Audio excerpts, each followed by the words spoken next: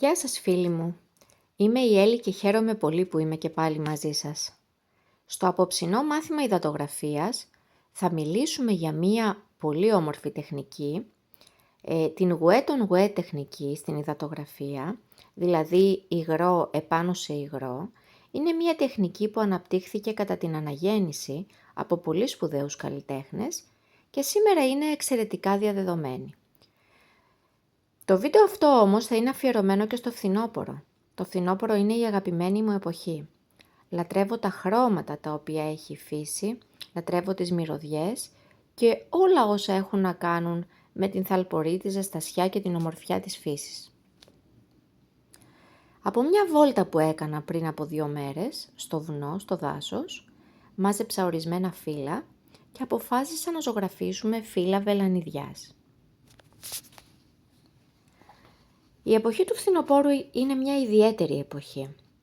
Οι νεράιδες του δάσους, όπως μου αρέσει να τις αποκαλώ, οι χλωροφύλλοι, οι ανθοκιάνες, οι ξανθοφύλλοι, αρχίζουν να κάνουν τη δουλειά τους επάνω στα φύλλα, αρχίζουν να ζωγραφίζουν τα φύλλα, όπως μου αρέσει να λέω, εξαιτίας της έλλειψης φωτός. Το φθινόπωρο, όπως ξέρουμε, οι ακτίνες του ήλιου πέφτουν πλάγια και είναι πολύ διαφορετική η τοποθέτησή τους επάνω στα φυτά και στα φύλλα σε σχέση με τις άλλες εποχές, σε σχέση με το καλοκαίρι.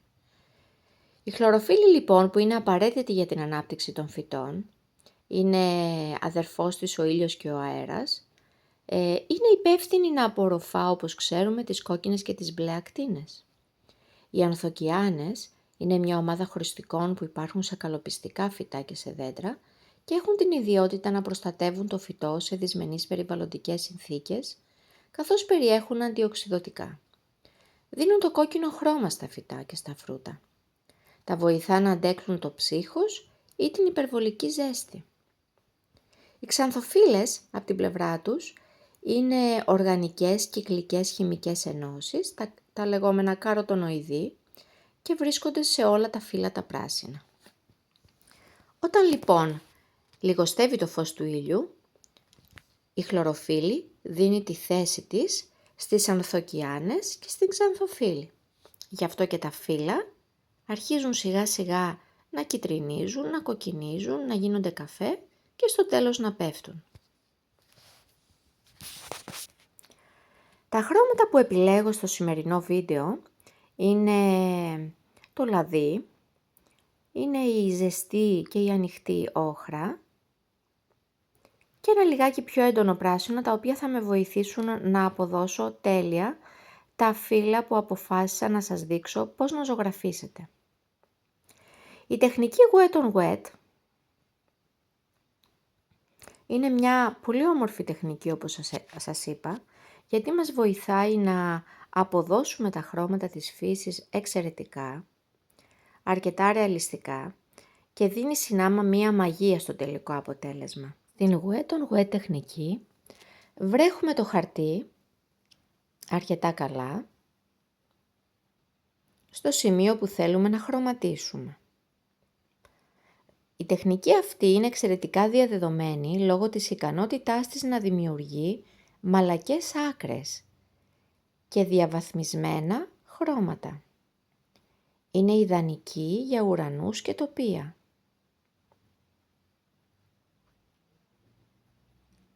Εδώ πέρα απλώνουμε ένα χρώμα για να δούμε πώς θα αντιδράσει ερχόμενο στην επαφή του με το νερό.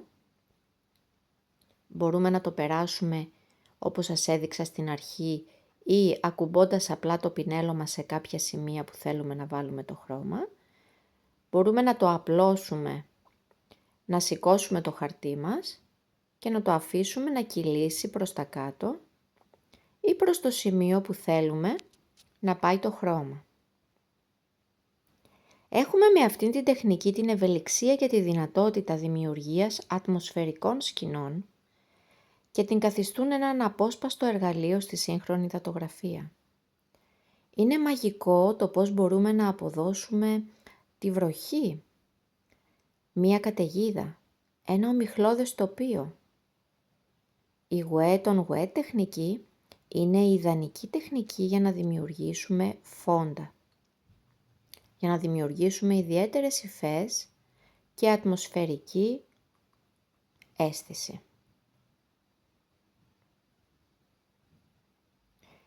Μαζί με την wet on wet τεχνική μπορούμε να εφαρμόσουμε πολλές άλλες τεχνικές στην υδατογραφία. Ένας άλλος τρόπος είναι να προσμίξουμε χρώματα. Με αυτή τη τεχνική, απλώνουμε πάλι λιγάκι νερό εδώ για να σας δείξω αυτό ακριβώς που σας λέω αυτή τη στιγμή. Απλώνουμε λιγάκι νερό. Με αυτή τη τεχνική μπορούμε να βάλουμε 2, 3, 4 χρώματα και να υπάρχει μία άρρηκτη σύνδεση μεταξύ τους, μια έτσι πολύ ωραία πρόσμιξη μεταξύ τους, χωρίς να δημιουργούνται αντιθέσεις. Μου αρέσει πάρα πολύ την τεχνική αυτή να την χρησιμοποιώ στα ηλιοβασιλέματα που ζωγραφίζω. Εδώ θα βάλω 2 χρώματα για να σας δείξω αυτό ακριβώς που σας είπα πριν από λίγα δευτερόλεπτα. Βάλαμε το σκούρο χρώμα από κάτω και από πάνω περνάμε ένα ανοιχτό χρώμα. Βλέπουμε ότι δεν δημιουργείται κανένα πρόβλημα στο σημείο που ενώνονται τα 2 χρώματα. Αν σηκώσω το χαρτί μου θα μπορέσει να εισχωρήσει το ένα χρώμα μέσα στο άλλο με πάρα πολύ μαλακό, με πάρα πολύ απαλό αποτέλεσμα.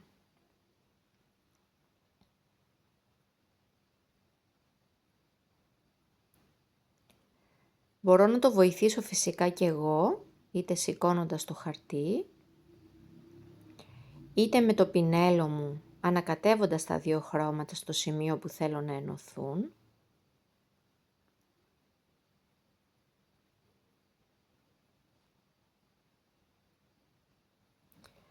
Και το αποτέλεσμα θα είναι πάρα πολύ soft, πάρα πολύ απαλό. Εδώ έχουμε βάλει 2 χρώματα που είναι το ένα μέσα στο άλλο και βλέπουμε ότι δεν έχουν κανένα απολύτως πρόβλημα. Η μετάβαση είναι πάρα πολύ ομαλή από το ένα χρώμα στο άλλο. Μπορούμε να φορτίσουμε το χρώμα μας για να δημιουργήσουμε αυτά τα φοβερά σκηνικά που προανέφερα.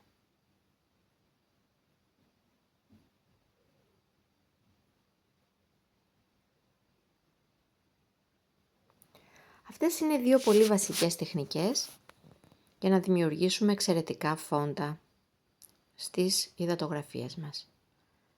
Είναι η wet on wet τεχνική και θα θυμόμαστε το βρεγμένο επάνω σε βρεγμένο για να μην το ξεχνάμε.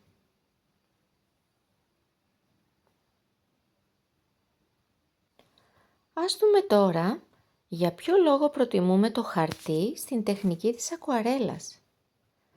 Ο λόγος είναι πρακτικός. Το υπόστρωμά μας θα πρέπει να απορροφήσει όσο το δυνατόν περισσότερο χρώμα, κάτι το οποίο είναι δυνατό να επιτευχθεί μονάχα με το χαρτί. Όσο σκληρότερο είναι το χαρτί και όσο περισσότερο βαμβακερό είναι, το δικό μου εδώ πέρα είναι ένα πολύ καλό χαρτί που το παρήγγειλα διαδικτυακά και είναι 100% βαμβακερό. Όσο λοιπόν σκληρότερο και περισσότερο βαμβακερό είναι το χαρτί, τόσο περισσότερο νερό μπορεί να αντέξει χωρίς να ζαρώσει και χωρίς να αλλάξει η δομή του.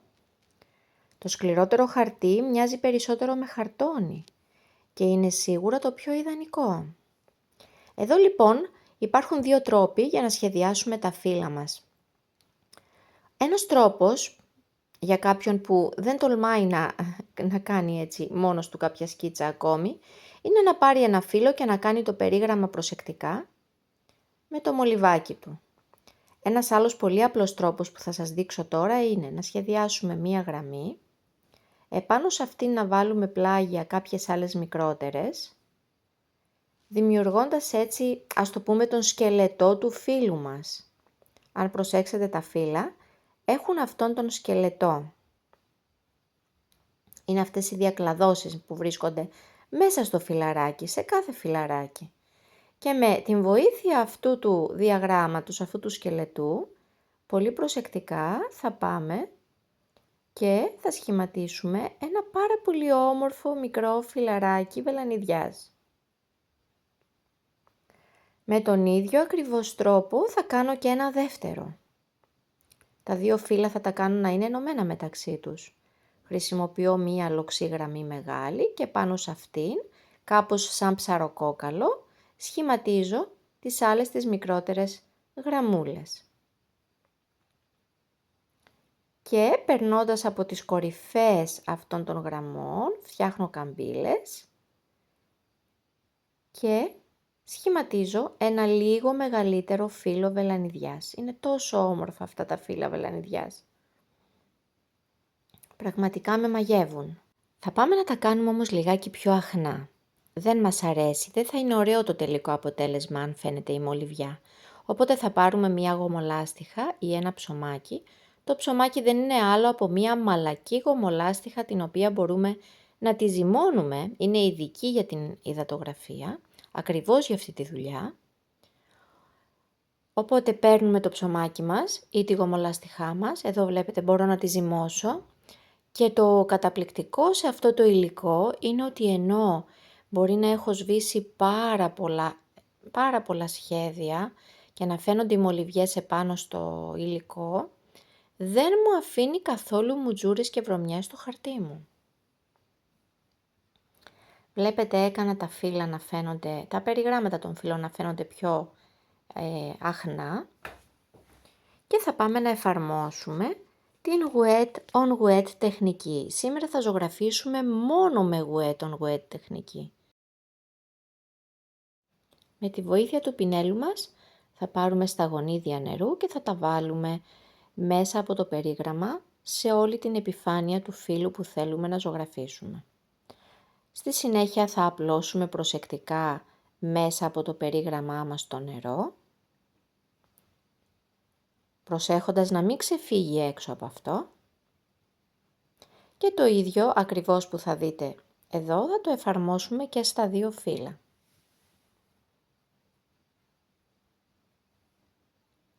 Αν δείτε ότι σε κάποια σημεία στεγνώνει, μπορείτε να προσθέσετε λίγο ακόμη νερό.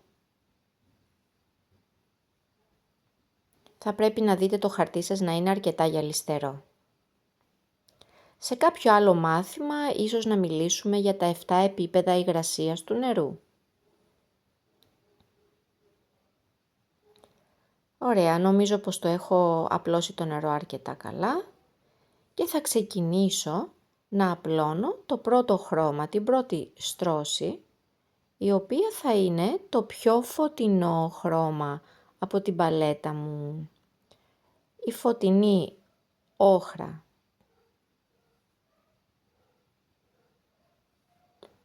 Θα βάλω έτσι ορισμένες κουκκίδες από το χρώμα, ξεκινώντας από τα εξωτερικά σημεία του φύλλου μου.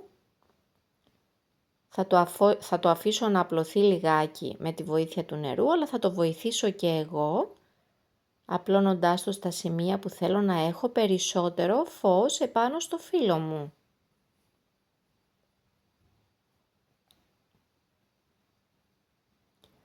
Τα φύλλα ξεκινούν συνήθως να κυτρινίζουν από έξω προς τα μέσα. Το πρώτο που κυτρινίζει δηλαδή σε αυτά είναι οι άκρες τους. Αφού κυτρινίσει και φύγει όλο το πράσινο, τότε σιγά σιγά αυτές οι άκρες αρχίζουν να γίνονται πιο κόκκινες, πιο καφετιές και αρχίζουν να ξεραίνονται και να τρίβονται. Το επόμενο χρώμα που θα περάσω πριν στεγνώσει το πρώτο χέρι θα είναι το λαδί. Θα πάω να περάσω όλες τις επιφάνειες και των δύο φύλλων, ακουμπώντας απλά την μύτη από το πινέλο μου και κάνοντας μικρές dots, μικρές κουκκίδες χρώματος, μικρές σταγονίτσες χρώματος. Ακριβώς με τον τρόπο που βλέπετε να το κάνω εγώ επάνω στο χαρτί αυτή τη στιγμή. Αφού λοιπόν περάσω όλη την επιφάνεια του φύλλου με το λαδί, θα αρχίσω μετά σιγά σιγά να το απλώνω λιγάκι στα σημεία που θέλω.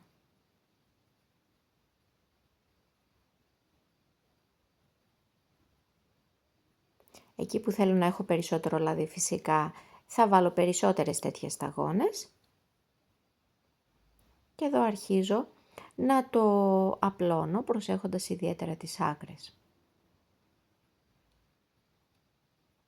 Όπως θα δείτε στο φύλλο,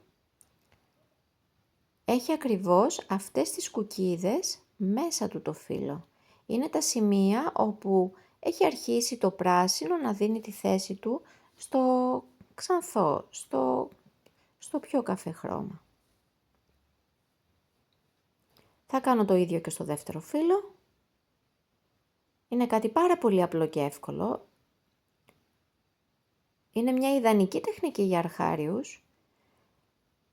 Πραγματικά αξίζει να το δοκιμάσετε.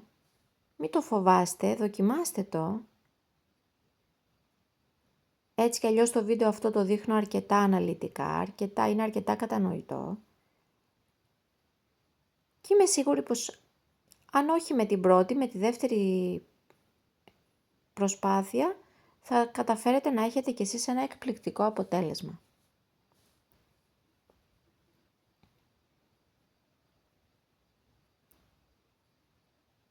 Απλώνω εδώ πέρα τις σταγονίτσες μου αυτές, θα μπορούσα να τις αφήσω και έτσι, θα ήταν εξίσου όμορφο. Εγώ όμως επιλέγω να απλώσω το χρώμα γιατί θέλω να περάσω και κάποια άλλα χρώματα από πάνω. Ήρθε η στιγμή εδώ να εφαρμόσουμε. Εδώ λιγάκι λέρωσα, δεν πειράζει, αν λερώσετε μπορείτε με ένα κομμάτι χαρτί, με ένα πανάκι να σκουπίσετε. Είπαμε ότι στην υδατογραφία τίποτε δεν είναι μη αναστρέψιμο. Ας πάρω λιγάκι φωτεινή όχρα εδώ πέρα, θα μου χρειαστεί σίγουρα. Και θα αρχίσω να φωτίζω το φύλλο και να του δίνω όγκους, περνώντας το χρώμα αυτό την καμένη όχρα, έτσι μου αρέσει να τη λέω, γιατί έχει κάποια απόχρωση σκουριάς μέσα της. Αρχίζω να την περνάω στα σημεία που θέλω. Δεν είναι υποχρεωτικό να τη βάλετε και εσείς στα ίδια σημεία με εμένα, μπορείτε να τη βάλετε στα σημεία επάνω στο φύλλο σας που θα επιλέξετε.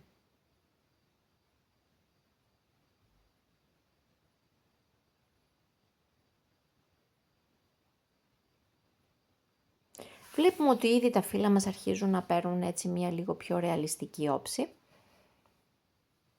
Με 3 μόνο στρώσεις χρώματος και το καταπληκτικό στην Wet on Wet τεχνική, στη συγκεκριμένη εδώ τεχνική, είναι ότι δεν χρειάζεται να περιμένω καθόλου να περάσει χρόνος και να στεγνώσει η πρώτη στρώση που έχω φτιάξει για να περάσω στη δεύτερη. Πηγαίνω κατευθείαν γιατί χρειάζομαι την υγρασία του χαρτιού, χρειάζομαι την υγρασία της προηγούμενης στρώσης χρώματος.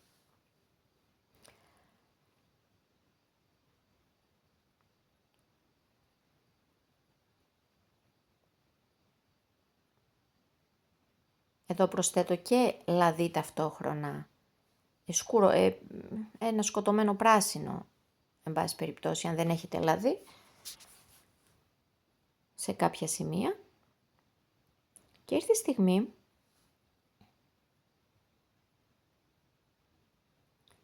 νομίζω να κάνουμε και κάποια σημεία με την σκούρη όχρα μας. Εδώ ναι, εδώ πρέπει να ζωγραφίσω, να βάψω χωρίς να βρέξω προηγουμένως το κοτσανάκι από το φύλλο. Θα επιλέξω τη σκούρη όχρα και θα περάσω 2-3 χέρια βρεγμένο, δηλαδή χρώμα επάνω σε στεγνό, wet on dry λέγεται η συγκεκριμένη τεχνική. Είναι μια τεχνική που μας βοηθάει να δώσουμε τις λεπτομέρειες.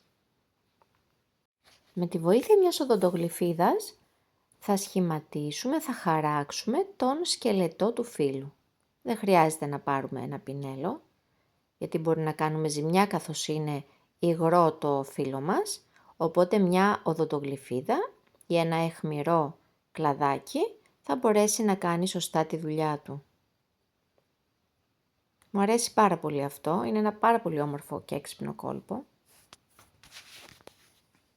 Καθώς πλησιάζουμε προς το τέλος, θα σας δείξω λίγο στα γρήγορα πώς μπορούμε να δημιουργήσουμε τώρα τη σκιά. Θα την βάλουμε κάτω σε κάποια σημεία στο κάτω μέρος του φύλου.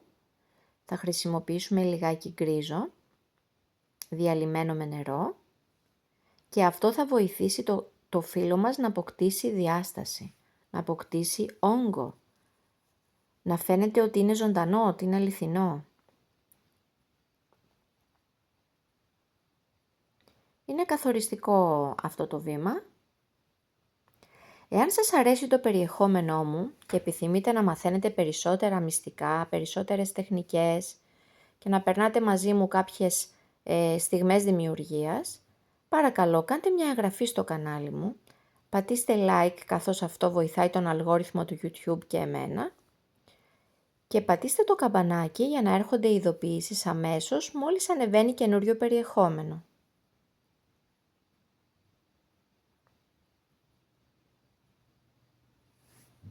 Είμαστε λιγάκι πριν το τέλος και νομίζω ότι είναι αρκετά συμπαθητικό το έργο μας. Μπορούμε να τονίσουμε λίγο περισσότερο με γκρίζο σε κάποια σημεία στις καμπύλες και φυσικά στο κοτσανάκι, από τη μία πλευρά πάντα.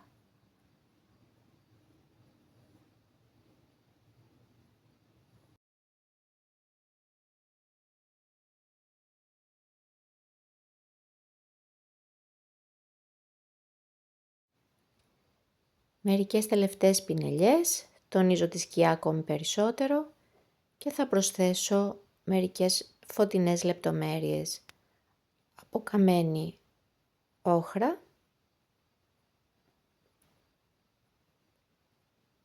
και είμαστε σχεδόν έτοιμοι. Και εδώ έχουμε το τελικό αποτέλεσμα. Σας ευχαριστώ όλους που παρακολουθήσατε το βίντεο μου μέχρι το τέλος. Σας εύχομαι καλή συνέχεια και καλές δημιουργίες.